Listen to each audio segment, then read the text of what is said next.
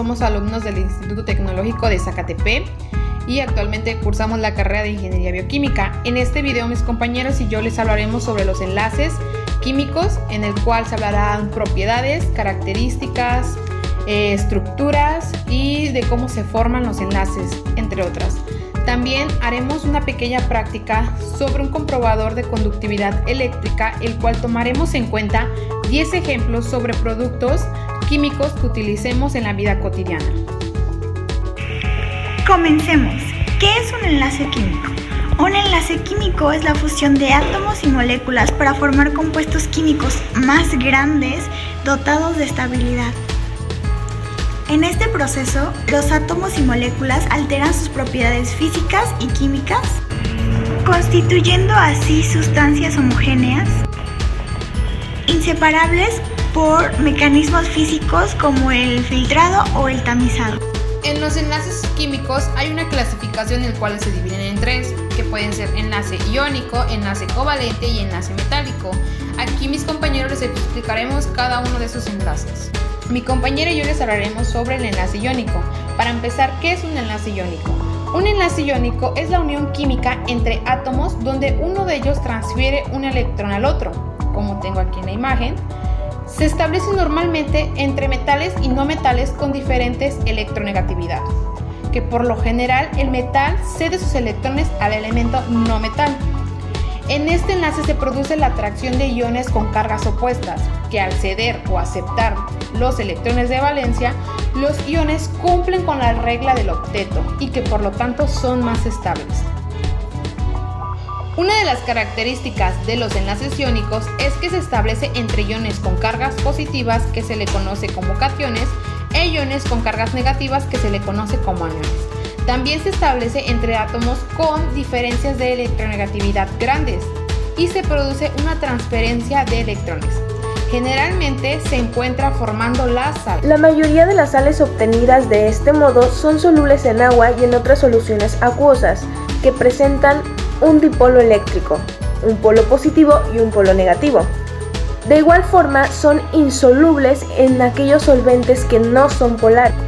Dependiendo de la naturaleza de los iones, la fuerza de una unión atómica puede ser muy intensa, por lo que la estructura de estos compuestos tiende a formar redes cristalinas muy resistentes. Algunos ejemplos de redes cristalinas son estas que se muestran aquí. Con respecto a su estado, se sabe que son sólidos a temperatura ambiente y que poseen una estructura cristalina o transparente en el sistema cúbico. Sin embargo, también existen algunos compuestos iónicos que se encuentran en estado líquido a temperatura ambiente, los cuales son denominados líquidos iónicos o sales derretidas. Con respecto a su conducción eléctrica, se sabe que en su estado sólido no son muy buenos conductores de electricidad, dado que los iones ocupan posiciones muy fijas en una red cristalina. En cambio, una vez disueltos en agua o en alguna solución acuosa, se tornan eficaces conductores de la electricidad, dado que contienen partículas móviles con carga. Cuando se encuentran a temperaturas y rangos de presión normales, suelen producir compuestos de estructuras moleculares cúbicas y rígidas, cristalinas, dando así origen a distintos tipos de sales. Existe también un líquido iónico llamado o conocido como sales derretidas, los cuales se aparecen con rara frecuencia, pero son sumamente útiles. Con referente a su selectividad, sabemos que los enlaces iónicos únicamente pueden darse entre los metales de los grupos 1 y 2 de la tabla periódica, al igual que entre los no metales de los grupos 6 y 7. Con respecto a su electronegatividad, los enlaces iónicos se caracterizan por poseer una baja electronegatividad, además de que se sabe que su diferencia de electronegatividad es igual a 0 o mayor de 1.7. Los compuestos iónicos son eléctricamente neutros en su estado sólido. La estructura de un enlace iónico involucra la formación de un sólido cristalino ordenado en el que se atribuyen especialmente los iones de carga positiva, que se le conoce como cationes, y los iones de carga negativa, que se le conoce como aniones, siguiendo un patrón similar a la de un papel mural, pero dispuesto de manera tridimensional. La fórmula de los compuestos iónicos indica la relación que existe entre los iones que forman estos compuestos. Las sustancias iónicas forman cristales de diversas formas geométricas, en lo que las partículas fundamentales son iones, que se mantienen unidas por fuerzas electrostáticas. velocidad en todas las direcciones del espacio desde cada ion en particular.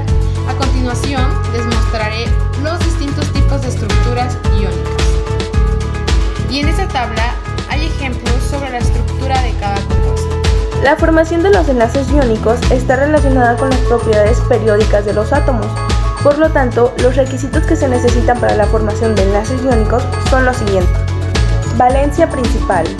Este es el número de electrones que le falta o debe ceder un elemento químico para completar su último nivel de energía. Energía de ionización. La energía de ionización es la energía necesaria para separar un electrón de su estado fundamental de un átomo de un elemento en estado gaseoso. Afinidad electrónica.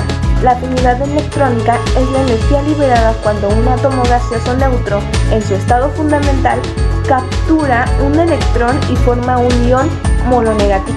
Y por último tenemos la electronegatividad. Como ya mencionamos, es la capacidad de un átomo en una molécula para atraer un electrón hacia sí mismo. Les hablaré sobre las aplicaciones y limitaciones de la regla del octeto. ¿Qué establece la regla del octeto? Establece que los átomos de los elementos se enlazan unos a otros en el intento de complementar su capa de valencia. La denominación, la regla del octeto, surgió en la razón de la cantidad establecida de los electrones para la estabilidad de un elemento, o sea, el átomo, que queda estable cuando presenta su capa de valencia 8 electrones. Y las limitaciones de la regla del octeto, algunos compuestos son como el carbono, el nitrógeno, el oxígeno y el azufre. En algunos casos estos elementos forman dobles o triples enlaces, el carbono y el nitrógeno. Algunas moléculas o iones sumamente reactivos tienen átomos con menos de 8 electrones en su capa externa. Les daré un ejemplo sobre la aplicación de la regla del octeto en un enlace iónico con el cloruro de sodio. Es común que pasen pares de átomos donde uno el par es metal, que es el sodio, y el segundo no metal, como el cloro. Un átomo de cloro tiene 7 electrones en su capa de electrones exterior. Las 8 primero en el segundo se llena de 2 y 8 electrones respectivamente. La primera afinidad electrónica del cloro, la liberación de energía cuando el cloro gana electrones, es de 328,8 kilojoules por mol los átomos del cloro. Adicionalmente, de un segundo electrón, el cloro requiere energía, la energía que no se puede recuperar mediante la formación de un enlace químico, y el resultado es que el cloro se forma muy a menudo un compuesto en el que tiene 8 electrones en su capa externa con un octeto completo. La red cristalina es la forma sólida de cómo se ordenan y empaquetan los átomos, moléculas o iones. Estos son empaquetados de forma ordenada y con patrones de repetición que se extienden en las 3 dimensiones del espacio. Las redes cristalinas se caracterizan fundamentalmente por un orden. La estructura interna de los cristales viene representada por la llamada celdilla unidad, que se repite una y otra vez en las 3 direcciones del espacio. El tamaño de dicha celdilla viene determinado por la longitud de sus 3 aristas, A, B y C, y la forma por el valor de los ángulos entre dichas aristas. Vamos a dar un ejemplo sobre la estructura cristalina con el cloruro de sodio, ya que está en un estado sólido y sus átomos se acomodan en una estructura cristalina cúbica. Como es de esperarse, es una unión iónica ocasionada por los campos electrostáticos de sus átomos. Cada ion acomoda en el centro un octaedro regular, quedando por 6 iones de cargas opuestas distribuidos en los vértices del octaedro. Continuamos con el enlace covalente. Primero que nada, ¿qué es un enlace covalente? Es un tipo de enlace químico que se forma cuando 2 átomos se enlazan para formar una molécula, compartiendo así sus electrones de su capa más externa para formar la conocida ya regla del octeto. Una de las principales características de estos enlaces es que se establecen entre elementos no metálicos, como el hidrógeno, el oxígeno y el cloro. Estas se encuentran naturalmente como partículas diatómicas unidas por un enlace covalente. Se pueden representar como H2, O2 y Cl2. También incluye enlaces simples, dobles o triples, donde 2, 4 o 6 electrones son compartidos respectivamente. Continuando con la polaridad, este enlace se divide en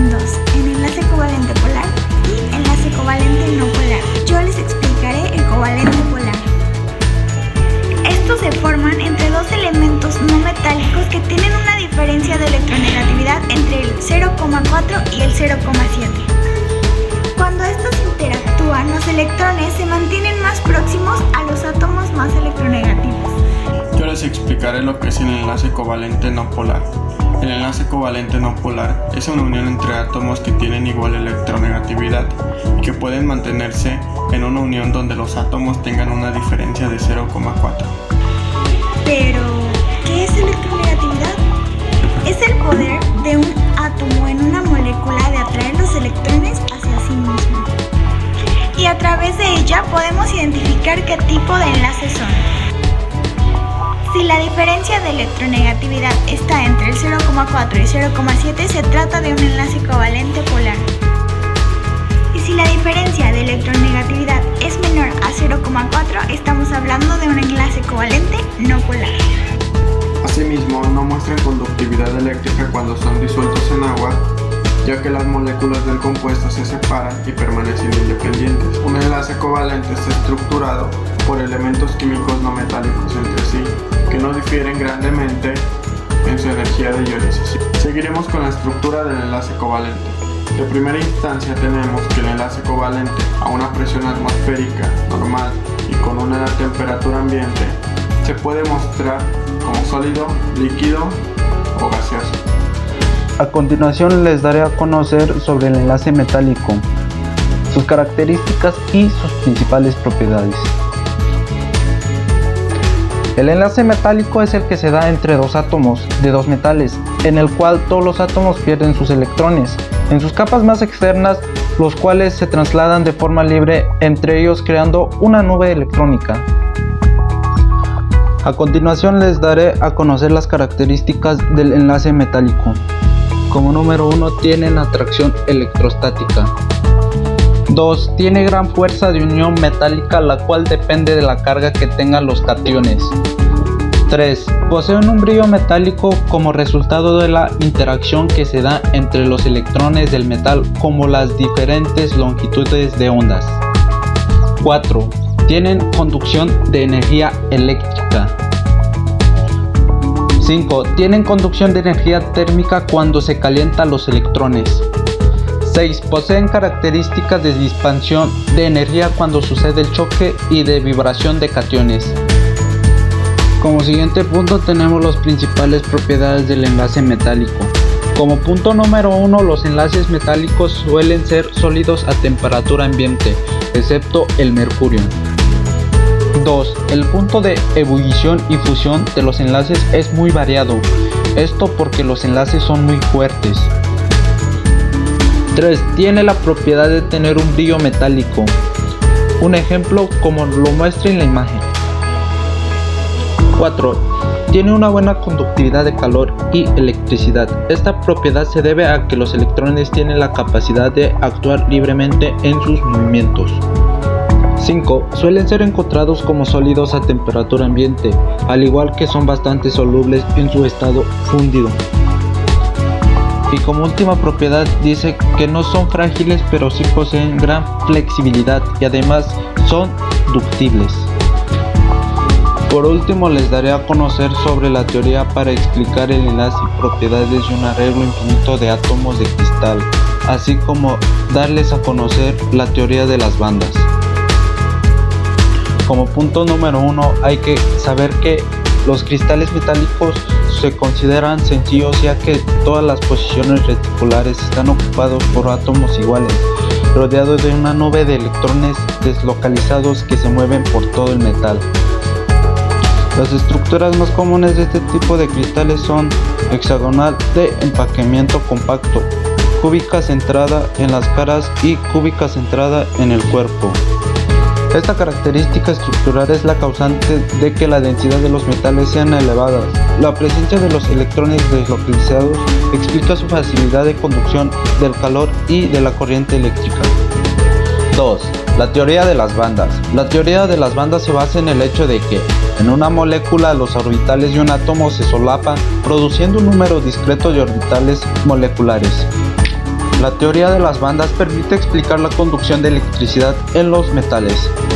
Hay que conocer que en una red metálica podemos distinguir tres tipos de bandas de energía. Como número 1 tenemos las bandas ocupadas. Las bandas ocupadas son formadas a partir de orbitales atómicos completos, por lo que también están llenas por electrones que no pueden moverse entre niveles energéticos, puesto a esto que las bandas están ocupadas. Bandas de valencia. Las bandas de valencia son obtenidas por la combinación lineal de orbitales atómicos parcialmente llenos, por lo que en ellas mismas disponen de niveles energéticos libres. Su nombre es debido a los electrones de valencia. 3. Banda de conducción. La banda de conducción es producida por la combinación de orbitales atómicos vacíos. Se denomina así porque facilita la conducción eléctrica cuando los electrones de la banda de valencia pueden saltar a ella y moverse libremente por todo el cristal metálico. Para finalizar, les haré una demostración de cómo los productos que tenemos en nuestra casa pueden ser unos perfectos conductores de electricidad. Para esta demostración, ocuparemos productos con los que contamos en nuestra propia casa, como lo es aceite comestible, alcohol, cloro que previamente lo llené en una botella, vinagre blanco, jabón líquido, azúcar, sal, agua, jabón en polvo y pasta dental. Asimismo, tenemos un foco previamente armado y puesto en su base con sus respectivos cables, ya que el cable será dividido en dos partes. Una de las partes será puesta en la corriente eléctrica de nuestra casa y la otra parte será metida en nuestros recipientes con agua. De la misma manera, vamos a invertir en el agua cada uno de nuestros productos del hogar para confirmar cuál de todos estos puede conducir perfectamente la electricidad. Primero es el turno del agua. Es agua completamente simple y podemos observar que el foco no prendió. De esta manera podemos comprobar que el agua no es un conducto de electricidad, no produce electricidad y no la conduce de buena manera. Ahora podemos observar que cuando le invertimos sal a nuestra agua, el foco prendió. Eso es porque son electrolitos, sustancias que al disolverse en agua permiten el paso de la corriente eléctrica. Uno de los electrolitos más empleados en la vida cotidiana es esta misma, la sal común, que es cloruro de sodio. Todas las sales que formen iones al disolverse en agua formarán una disolución conductora de la electricidad, como podemos verlo justo ahora. Ahora podemos observar que con el vinagre blanco no existe ninguna conductividad de electricidad. Ahora podemos observar que cuando le invertimos azúcar a nuestra agua, el foco no prende. Eso quiere decir que no es un electrolito y no puede conducir electricidad. El alcohol tampoco es un conductor bueno de electricidad. Ahora invertimos cloro y podemos observar que el foco prendió. ¿Por qué se debe esto? Bueno, el cloro es un conductor de electricidad ya que es una sustancia de naturaleza polar y contiene electrolitos, así como la sal. Tiene una mayor proporción de iones negativos de las sales del sodio. El agua ya potabilizada contiene cloro, como la que nosotros tenemos en nuestro recipiente, y con ello las sales minerales, los cuales les proporcionan propiedades conductivas al agua. Ahora es el turno de que a nuestra agua le pongamos aceite. Como podemos ver, el aceite no es un electrolito y no conduce ningún tipo de electricidad. Ahora tenemos el jabón líquido y como podemos observar no conduce electricidad. Ahora tenemos la pasta dental y como podemos ver tampoco prendió el foco. Por último tenemos el jabón en polvo. Es el mismo que ocupamos para lavar trastes en nuestra casa y podemos observar que el foco prendió debido a que contiene cloro, así como el cloro compuesto que ocupamos en la casa y como la sal contienen el elemento de la tabla periódica cloro. Al hacer este experimento nos damos cuenta que todos los productos en nuestra casa que contienen Cl pueden ser unos buenos conductores de electricidad.